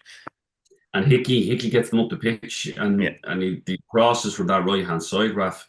They scored Cork away. He scored Hickey cross from the right hand side. He stands up, and I think he said in an interview, if the cross goes in the box and I don't get on it, they shout at me. Like, if I don't win a header, they shout at me. And then he scores. I think he gets a carbon copy nearly against Pats at home, and it's that cross from that right hand side. The delivery seems to be good, and he's able. I think it's Bourdain at this stage, and they're a big team. They're aggressive in their first ball, and they're so aggressive in the second ball, and they just recycle it all the time, and they don't let you off the hook. So you compete for one header, and then it spills out, and then you're having to reset. And I think that's where one of the goals came. Where I watched it was they compete for the first header, they compete for the second header. I think it gets headed back out, they regain it, bang it wide, and then because you've competed for a couple of headers, you're a little bit off. They're not set up the opposition, and they're able to get runs on them then. And that's what happened with the Pats goal, the Cork goal, and obviously from this corner, Bourdain, and the 80th minute. But look, when you look at the stats of the game, they seem to dominate the game as well. The high possession stat, which isn't like them. So they were obviously pushing and trying to break down Waterford. Waterford are a young team as well, so they just have to get used to them type of games. That it's that relentlessness that Galway bring that you're not going to get a break, but it's being willing to compete. And do you know what? The league, someone said the league a few years ago, 3 or 4 years ago, everybody was trying to play the same way, and it was a little bit stale, and teams are playing out from the back, and they weren't able to do it. They didn't have the quality to do it. And Galway offer up something different than that. They are direct, they play to their strengths, they're good at what they do, and they nearly make you go, well, deal with it then. You deal with it. We're not changing it, so you deal with how we play. We're not changing it. If you want to stop us, stop us. Find a way to stop us. And fair play, he's doing a great job, John Caulfield. And then Ollie Horgan's mighty. That's his favourite one, isn't it? Mighty performance. So, yeah, fair play to him. Yeah, and then Derry on Saturday night, 1-0 winners away at Sligo Rovers. Michael Duffy with the goal, albeit it looked like it was more of a floated free kick in and just goes all the way in. What is interesting about Derry so far, they haven't been scoring a lot of goals, 5 goals so far this season, 1 Hoban penalty, and then everything else has been sort of Michael Duffy. And I know this one probably wasn't one he was actually aiming for, but at the same time, it just shows where they're at, I suppose, in attack. Yeah, I think he's 4 goals this season, and behind Keane with 5, but and 2 of them have been set pieces as well. He scored a free kick against Bowes up in Derry, so he is the main threat. Again, Sligo will feel a little bit hard done by because all the stats are saying they dominate the game, but they just didn't do enough with it. But Derry are up and down.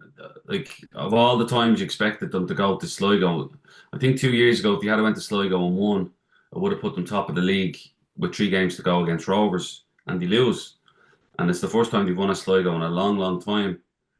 But again, it's like they had to go and get them results the last couple of years. They would have been a chance to lift the Premier Division title. So, but yeah, Duffy's the main man, and if they keep him fit, and that's the issue with some of them is they can't keep them fit for long enough and give them a good run in the games. And I'm pretty sure if they said last year we had to keep all our best players fit, we would have had a chance to win the league. I'm pretty sure Rovers would have said that as well. But again, some of the players are injury prone, and that happens. And talking to somebody who's injury prone himself, it's not easy at times. It's not true, and they're doing wrong themselves. But look, they've a better training base this year. They can do their recoveries better. They can use the gym better, and hopefully that will stand to them that they're able to do their recoveries a bit better in between games. They're not training on Astros all the time. And you're hoping then that they can get a good run of and staying injury cleared and seeing what they're capable of. But I don't see Derry challenging. I think it's a bit of a I don't want to say a rebuild because they've signed a lot of experienced players as well to try and win the league. But I can't see them challenging. But I think it's just a case of Lynch needs to just get his feet under the table, see what's about, and realise that there's not many easy games in this league. Like, away to Waterford, away to Cork, the tough games for Derry. And, if they can get the home form really good and go to the away venues and try and pick up points, but I just can't see them doing enough to maybe challenge. I didn't think they did. I thought it was going to be between Shells, Rovers and Pats at the start of this season. So I can't see them. I think they'd be erratic in the results that come in. Yeah, and then in the first division, Wexford continued their good start. Now they were dominated by for long periods or for periods in the game at Markets Field against Treaty United, but Mikey Rowe's late winner gave them a 1-0 win. Stephen Elliott's tenure really going very well at the moment. Cove Ramblers battling back as well to win 2-1 at Finn Harps. And then Dundalk with Daryl Horgan, Dean Ebby, and Owen Kenny scoring the goals. 3-1 winners at Bray Wanderers. UCD's slow start continuing with a 2-1 defeat at Athlone Town, and then Longford needing some points at this stage, and they did get them duly all 3 points on Saturday, 3-2 win over Kerry FC. But before we go, I wanted to talk about something that was reported by Gavin Cooney and David Snade in the 42 last week, and this is the Premier Club Alliance saying they will not allow the FAI to take their academy players to Abbottstown for a proposed coaching program. So this is where the FAI are trying to bridge the issue of contact hours for young players, and the plan would have seen 250 of the most promising boys and girls spending 45 days a year training at the FAI headquarters. Clubs feel the plan is, quote, poorly conceived, and they also believe training in-house within clubs is better, and also they're unhappy with the lack of funding for academies and feel the communication has not been great from the FAI over this issue. Now, this is also with the backdrop of the void left by the termination of the emerging talent program and what sort of fills that space. Now, the 42 then reported that the LOI clubs are exploring a breakaway from the FAI and have formally requested info about the future of academy funding. But I suppose going back to the coaching issue primarily today, Graham, I mean, you've spoken more than once on this podcast about the issue of contact hours and how we compare to our European peers, and we're way behind. And I think everybody admits that, and both the FAI and the clubs, I think, agree on that point. But what's your view on the FAI's proposal for centralised coaching from what you saw reported by Gavin and David? Yeah, so the plan at the moment, I haven't seen the plan because the FAI never released it. It was more that the clubs just decided to talk about it. So it's hard to go, oh, well, I don't see the plan. Who out of the club seen the plan and said, we're not happy with that? Was it the academy, the heads of the academy, or was it the CEOs of the club to say, oh, well, we're not comfortable with that? So I don't, from what I'm led to gather, it's to have individual contact hours with the players. So instead of them coming in and working towards a camp with a game at the end of it, where you do a lot of shape work, you do a lot of unit work in terms of working in your back four, working in the midfield, how we're going to play, and a really structured week going into a game. What I'm led to believe is that defenders who are with the 15s, 16s, or the 17s, 18s, whatever age group, will go together and work on defending or midfielders, etc. And they could be coached by anybody. So, like, Jim Crawford could be coaching 16s, 17s, 19s, 21s midfielders. So you have the 21s coach that's doing all of that. And then you can do other things around it. So I'm led to believe that it's more of an individualistic one.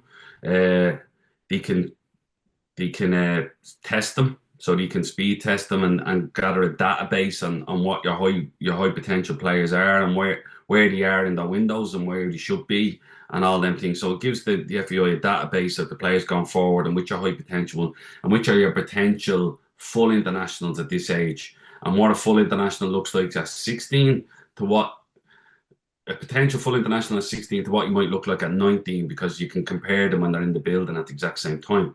So I think the parameters around that, I thought was a good idea. I think it increases the contact time. And the club saying, so this is where I'm talking to you about the clubs looking after what they can control. If you have a midterm break, who out of the club, which clubs are able to have full-time coaches that are able to train them during that midterm break full-time? Because all the coaches that I know in the academy system generally have jobs as well. So it's very hard to say, oh, we can match that for them 3 or 4 days, because you'd have to take a week off work and all that. So if the clubs are saying, well, we could do that, then the clubs need to reinvest in their own academy and say, actually, we're going to put coaches in full-time roles that allows us to do that as well. And then the argument's in good faith then as well. Financially, I'm not sure what the clubs are looking for. I don't want to get involved in the financials of it. But I think there's a balance in between. If you want to negotiate, if I'm having to negotiate with you about something, I stay in the meeting and I want to go, look, we're not happy with certain aspects of this. Can you fix this so we can do it? we really want more contact hours. So, but we see it like this. What do you see? And it becomes a negotiation. It becomes a conversation that everybody's driving forward with it. Not once has anyone, and I've heard loads of people talk on this, not once has anyone said, well, what do the players want out of this? Not once has someone said, what if you asked a 16-year-old, do you want to have a training camp in Abbottstown in the best sort of facility in Ireland? We're all working with, whether it could be Ireland's first team manager all the way down to every other coach that's in the system. And do you want to have that and go in a less pressurized environment because there's no game at the end of it, and go in and enjoy it and build an atmosphere around Ireland, which I always said was missing as well. Do you want to do that? I'm pretty sure every player, and I know from me, when I was that age, I'd have loved it. I'd have thought this is great, because sometimes the pressure of having a game at the end of it can change the dynamic of how you are in the team environment. Because you're thinking, I'm up against him from my position, but he's actually one of my good mates, but I can't really talk to him, So that type of stuff that goes on. So from that point of view, I think instead of the clubs coming out and being critical of it, they should go to the FAI and go, look, we understand that we want more contact hours. This is our proposal. This is what we propose in getting more contact hours for the players. And we go, that's your proposal. And can we amalgamate the two so that the players aren't missing out? Yeah. And then you have like parents. I'm pretty sure if my son was asked, if I was asked as a father, would I like my son to go to that? I'd be like, yeah, I would. So the stakeholders in it are the players and then the parents, and not once that they've been mentioned in this to say actually what would they like, And again, the FAI aren't in a strong position here from the mismanagement that they've had down the years. The clubs who have done brilliantly in terms of introducing the academy and trying to drive it and all, but they're still in a position where they need to invest in this more as well. So the budget for the academies, the clubs need to really go, well, if we want to fight the corner for the academies, we need to invest more in the academies. We need to have more full-time coaches at the vital ages. We need to have more full-time staff in around the building, and we need to have an X amount of the budget put away every year.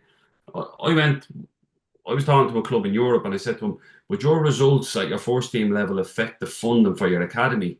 And he laughed at me. He didn't think it was a serious question. And he just scoffed. And he says, yeah, we have to win the Champions League in order for us to get funding. I went, no, he says our funding is 12 million a year, regardless of what happens at first team level.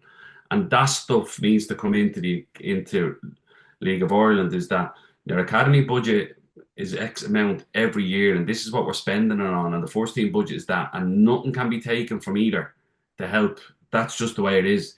And until we get to that level where the clubs can go, here's our plan for our academy and here's our plan for our full-time setups, and then they can go to the FAI and dictate it that way. But until then, they actually need to come together and work on this instead of arguing, and see what the plan is, because we don't know what it is. But an extra 45 days training in that environment around all the coaches that are there, the testing that they can do, the individual work that they can do.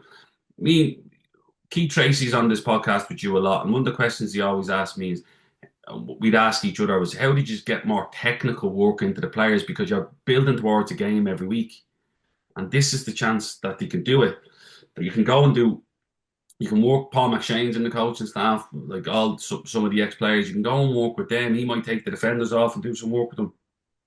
And it gives you a chance to teach them on an individual level, and that's very hard to do when you're only doing Monday, Wednesday, Friday with the game at the weekend. So again, I'm going back to this balanced and nuanced thing. Come together with it, because neither the clubs need to make a sacrifice and go, actually, we have a first team budget of X amount.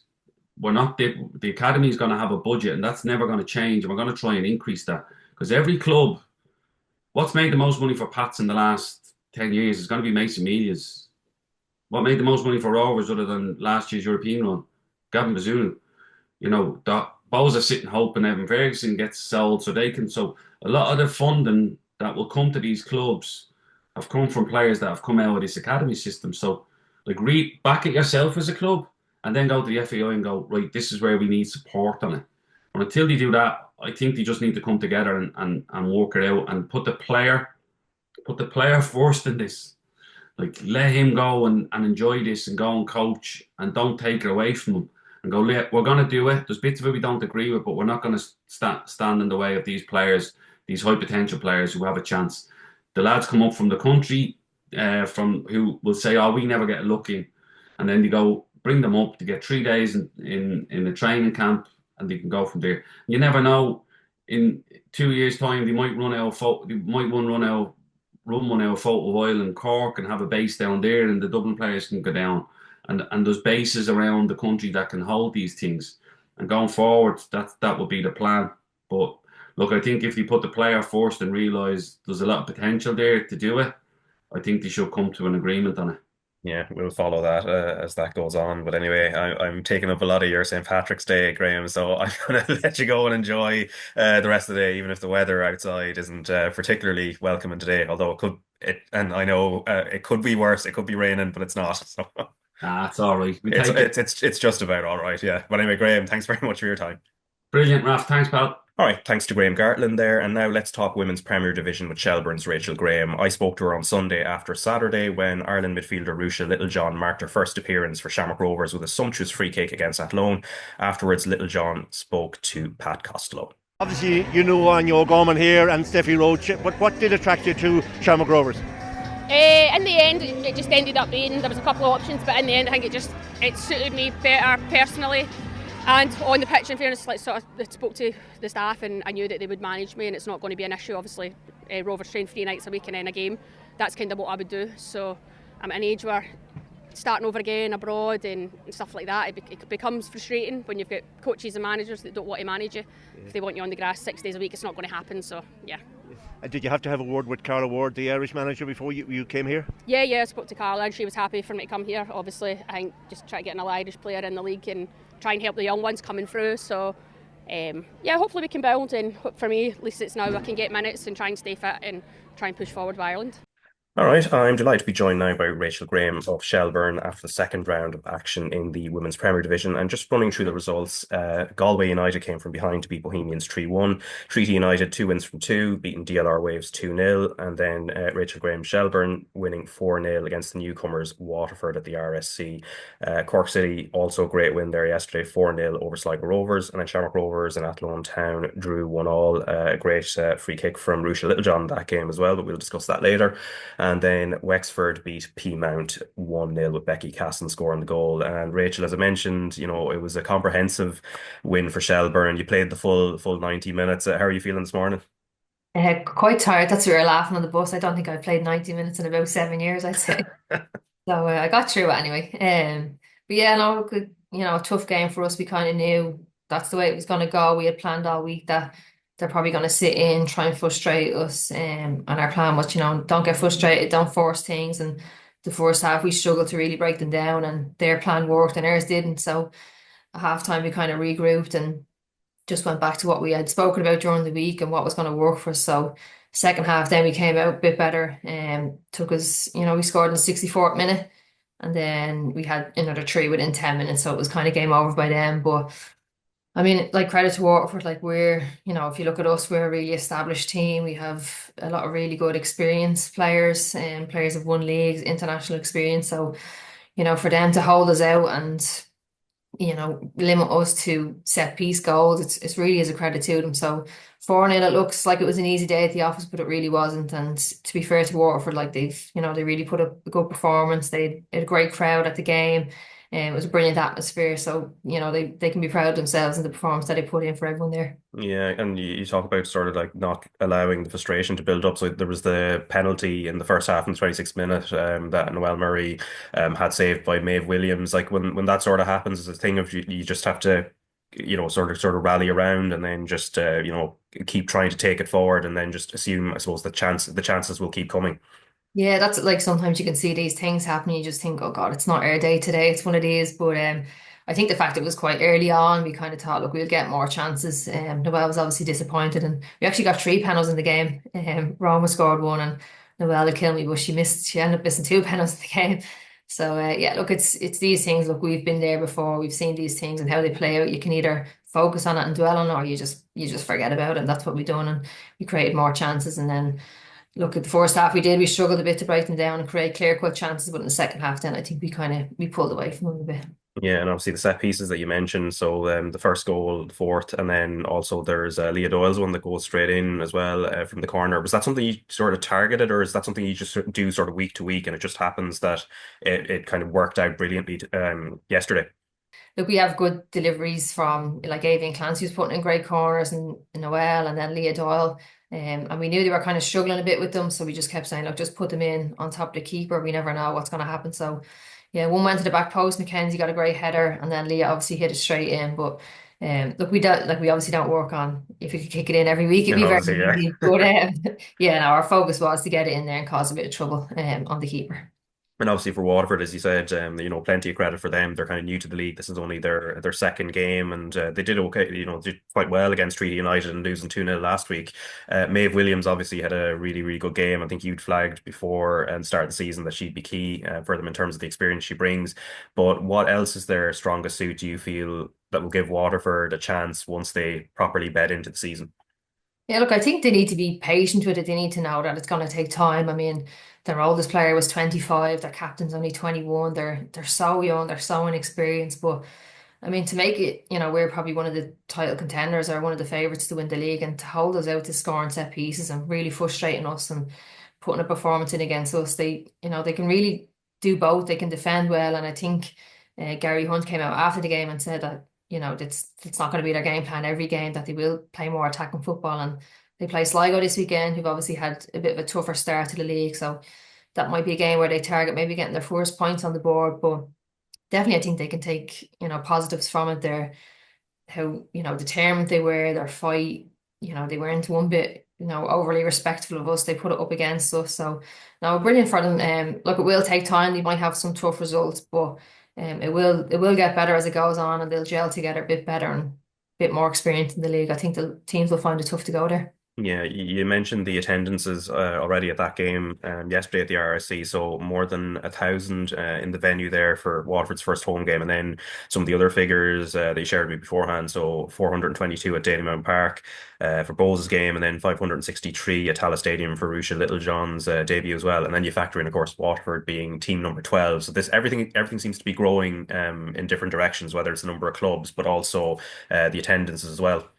Yeah, so like obviously we've 12 clubs now, and I think the first year it was 8 clubs, and we've even seen some of them clubs drop off. Like we've had Kilkenny, Castlebar, and Raheny at the time, like they're gone now. So it's about growing up, but growing it in the right way. And Waterford, like they're a big League of Ireland club. I don't think they're going to fold in the next year or two or anything like that. But like the attendance was brilliant. Did over, I think it was 1,076 was there, and but even like there was a lot of young girls there who, now have these role models as players that they can go watch every week. And I mean, when I was that age, I couldn't name one female footballer. I didn't know they existed. So for them now to see players every week, and could be a case that they, that one, I want to be that one day. And even after the game, there was, they were getting them to sign things. It was high fives, it was pictures. So that's brilliant for them to see these players playing every week, and that's a pathway for me. And then obviously Russia probably brought in a few extra players or a few extra spectators this week. So it's about growing the game, but it's, kind of steadily growing it, that we're not getting 1,000 one week and then the next week it's 200. It has to be a consistent thing. And Bows, to be fair, had over 400 at the game, and they've been good with their crowds. But like I said, it's about keeping it consistent and growing it consistently. So hopefully that's what we see this year. But, that's on us as players as well. We need to put on good performances, good games, have a good competitive league, good league, exciting title race. So, we do our part as best we can, and then hopefully will be reflected in the crowds. Yeah, and you have DLR Waves at Tolka next week. I think a 4 o'clock kickoff as well, as you've had that thing, as you mentioned before, of kind of pushing back the kickoff time to try and help with the attendances. Now, obviously DLR Waves have had a difficult start, and it was sort of compounded by defeat yesterday to Treaty United, and Isabella Facchini scored for the second game in a row for Treaty there as well on what looked like a tricky pitch at the UCD Bowl, and she also assisted the second, so great game for her. But in terms of DLR Waves, what would the messaging be as you're building up towards it? Because at the same time, as you mentioned before the season kicked off, you'd know Laura Heffernan quite well as well, given her work at Shells. Yeah, we obviously know Laura. She's really hard working, so she'll have them well organised. But they haven't had a great start to the year so far. But I just kind of tend to not really look at that. I just think you can fall into a trap of thinking you're going to be in for an easy game, and it's never that case. We've never had an easy game against DLR.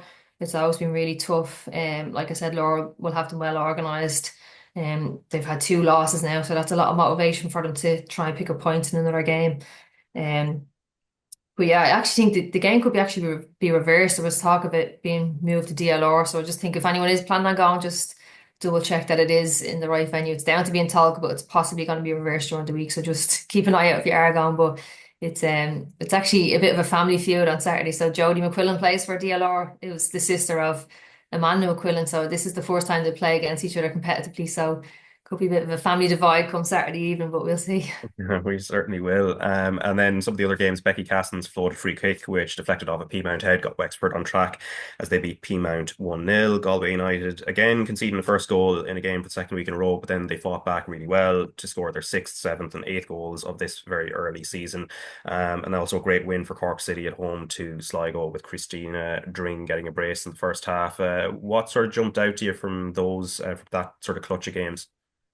Like I think the Athlone Rovers one was a good result for probably Athlone, given the circumstances of how the game went. They went down to 10 and Rovers then missed the penalty. So I think they'll probably see it as 3 points lost, but it's a good point for Athlone.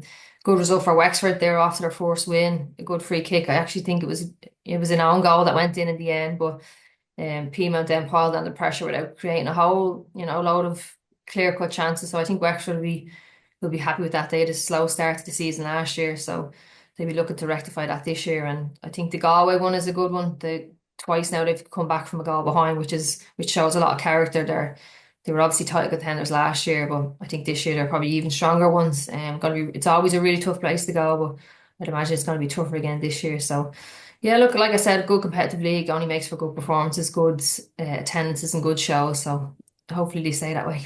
Yeah, and you talked about it last week because I think, as you'd said, you kind of flagged beforehand that Rachel Littlejohn would be coming to the league. As you said, I think there was a little birdie that told you that bit of news, and then it was I think Wednesday night. Then it was confirmed, and then to show the impact, when I logged in on Thursday morning, if you go on to the RTÉ website, for anybody who goes to have a look, if you scroll all the way down to the bottom, you see the 10 most read stories. For a good while on Thursday, it was Rush's move to Shamrock Rovers was sitting number one, which kind of shows the impact. And then she just sort of delivers straight away when she comes in. Like that free kick was brilliant. Yeah, like what an entrance, what way to make your entrance into the league. I mean, it's probably as good of a free kick you'll see anywhere across the world over the weekend. So, and look, to be fair to Rusha, I mean, she's obviously played in high pressure games before, but she's obviously aware there's a lot of eyes on this move, a lot of pressure, and she hasn't had a lot of time to settle in with the team, to train with the team. So it was a tough game for her given the circumstances, but I'm sure the goal going in was a big relief for her. And look, if she can continue to be selected for Ireland and not even be selected to play and to play well, it's really good for us that she's playing in our league and she's still able to perform at an international level. And even within the game, okay, like Rush is a really good player, but she wasn't like head and shoulders above everyone else on the pitch, which is a positive for us and for anyone who's looking to maybe aspire to play international football. They can say, like, I'm not a million miles off. If I'm performing every week in our league, I'm not a million miles off, and it's a good target. Now we obviously had Julianne, who's gone now, so Rush is kind of the one for us now who's representing our league. So yeah, look, if she can, I imagine she'll be in the next squad. If she can be selected and play well, it's brilliant for our league and to show maybe a bit more respect for our league that we're not a million miles off it. Yeah, and then I saw some of her comments afterwards. I think she made them to Alna Canan of balls.ie, and this was that she knows, like, once she's at Rovers, she's going to be managed because I think, as Anthony mentioned last week, she does have sort of like the Achilles issue that she just needs to work through. Obviously, also as an older player as well, that has to be kept an eye on. But the other thing, and I think this will probably be a boost to the league, she knows she's going to have the freedom to do all the sort of podcast stuff, all the bits, the social media things she does outside the pitch, which I think is one of the reasons why she is one of these players that is hugely popular. Yeah, and look, if she can, obviously she should probably talk about playing with Rovers and play in our league on her podcast. So that's again even more promotion for us and more eyes on us. It might attract more players. It's brilliant for us. And like Rush was saying, she needs an environment where she's able to be managed in, and maybe England is not as relaxed as theirs. And I know it's only until the summer so far, the move, but that could potentially be, if she doesn't get a move to England, or with her injury list, it's a big club in England is maybe not going to take a chance on that, where they're investing heavily in a player who, might not perform every week, whereas here, we're a bit behind in that stage. So it's a great environment for us. So far it's only till the summer, but you never know. It could be for the rest of the year, it could be for another year or two to come. Yeah, and then as you mentioned at loan as well, as they picked up a point against Rovers, sort of fighting back. Also, they were down to 10 players as well. But as you mentioned last week, Maddie Gibson and a couple other of the US players were unavailable because of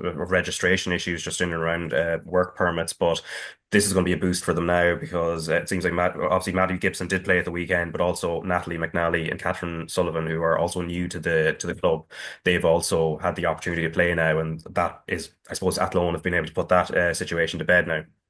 Yeah, I'm sure it was a huge relief for them. It was kind of last minute where they found out that they weren't going to be able to play. So I think if I was thinking selfishly, a part of me was kind of hoping that they wouldn't get it sorted, wouldn't be able to play. But if we're being unselfish and thinking for the good of the league, we want the best players playing every week. We want the best games on show. So the three girls started at the weekend. So they're obviously big players for Athlone. We've obviously seen Maddie Gibson the last couple of years, who's one of the best wingers in the league, one of the most exciting players to watch. So it's great for her, or it's great for us that we have her in the league, and it's obviously great for Athlone that they're not now without three starting players, because it's really hard to replace three starting players when, especially so close to the start of the season, and we don't have a window open till the summer. So for them, it's a huge sigh of relief. Again, a good result for them on Saturday. So big positive boost for them and their title hopes that they were able to keep the three girls. Yeah, and now a final point, as we previewed last week, the FAI's head of women's and girls football, Hannah Dingley, presented the association's action plan for the women's game last Tuesday at the Mansion House.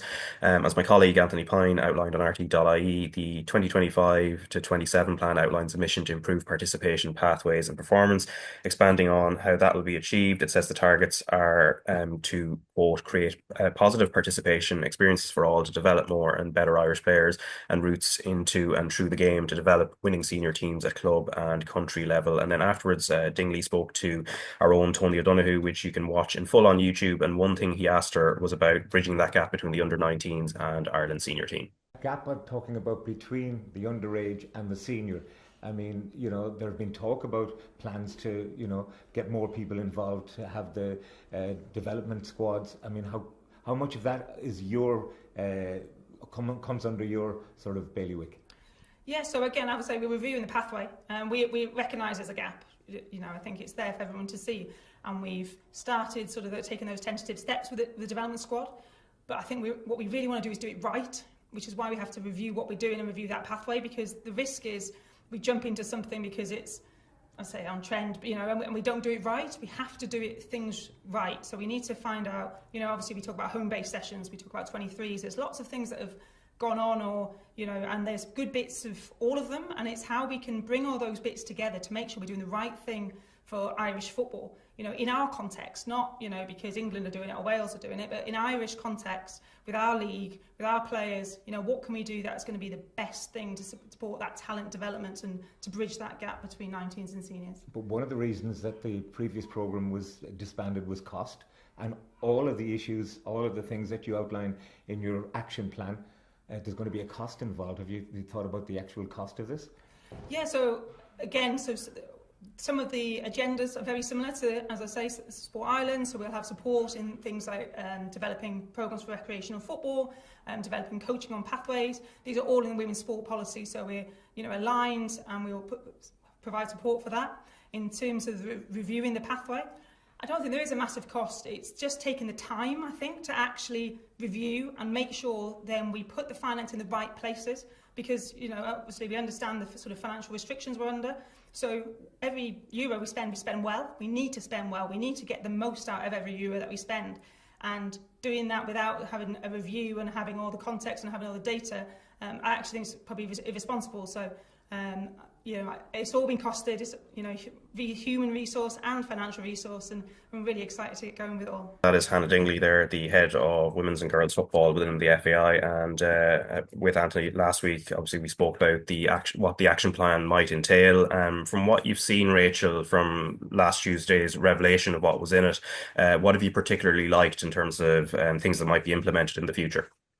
I think what you just spoke about there, the development squad, our 23 squad, is a huge one for us. It's been a problem for many years, where there's a gap there between 19s and seniors, and it's a huge step. I mean, some girls at 19 are not even physically developed yet, or haven't reached their full potential, their full strength. So to go from that to senior, it's really hard. So we've seen them. They were in about maybe 3 weeks ago, and we had Amy and Clancy in it who spoke really highly of it. Said it was a great experience. So it's something that if we can continue to do, and she seems to think it's going to be funded, it's going to be a good program. So I think they're in for the next international window. I think they're trying to get a friendly against maybe a club under 23s team from England, somewhere at that level. So it's not a case of it was 1 week and it's done and it's a box ticks. It's something that's going to continue on. So great for them, great for any young player who has aspirations to play senior international football, that there's now a gap or a step in between, that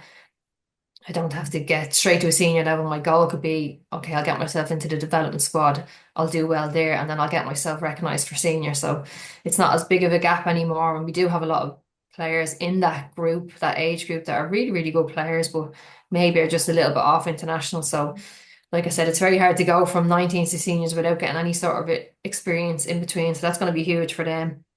I think the retention one is a good one, that a lot of recreational football is going to be focused on. So I think sometimes we get caught up in, everybody wants to play for Ireland or everyone wants to play League of Ireland. And it's not the case for, a good chunk of players who play. People play for enjoyment, they play to make friends, to stay active. So to cater for them is going to be brilliant. And even, something that's really missing, definitely at League of Ireland games, it's probably, really doing really well at the moment for internationals, is a good fan base. And, these players that are playing recreational football, they might not want to play for Ireland, but they could be potential to be fans that go to games. And we need to look after these kind of people as well, that although they might not play in the league or might not play for Ireland, they still play a big part in growing the game by attending games. So look, it's really good. It's obviously just ideas at the moment. It's a 2-year plan, so hopefully over the next few months or the next year or two that we see a big growth in the women's game, both kind of recreationally and might get an effect then at senior level with the development squad. All right, we'll keep an eye on that as that obviously develops over time. But Rachel, thanks very much for your time, and obviously best of luck against DLR Waves wherever the game ends up being held. Yeah, thanks, Raf. All right, so Rachel Graham there. And before we go, the next episode of Total Football will be out on RT2 and RT Player this Saturday at 10 a.m. And this time the team visits Standard Liège, which suddenly has 3 Irish players between the men's and women's teams. Gavin Bazunu, of course, is on loan there, and 2 Republic of Ireland women's caps in Claire O'Riordan and Amber Barrett are playing for them now. And now you can listen to Claire O'Riordan on having Amber Barrett as a teammate at Standard Liège. Through my years of moving from different clubs, it's really important that your life outside of football, that you're happy in it, because you want to live a happy life, you want to enjoy it. It means the world to me to have someone that you can have fun with on a day-to-day basis, and I think we probably have the most fun with Bobby the Cat. Okay, so you can learn more about Bobby the Cat on episode 2 of Total Football with Aisling O'Reilly and Rusty in Simba on Saturday. And if you missed the Late Late Show reunion for the Heroes of Italia 90, you can watch it back on the RT Player or Late Late Show YouTube channel. And we'll be back to review both Ireland v Bulgaria games and much more next Monday. So happy St. Patrick's Day again, and slán go fóill.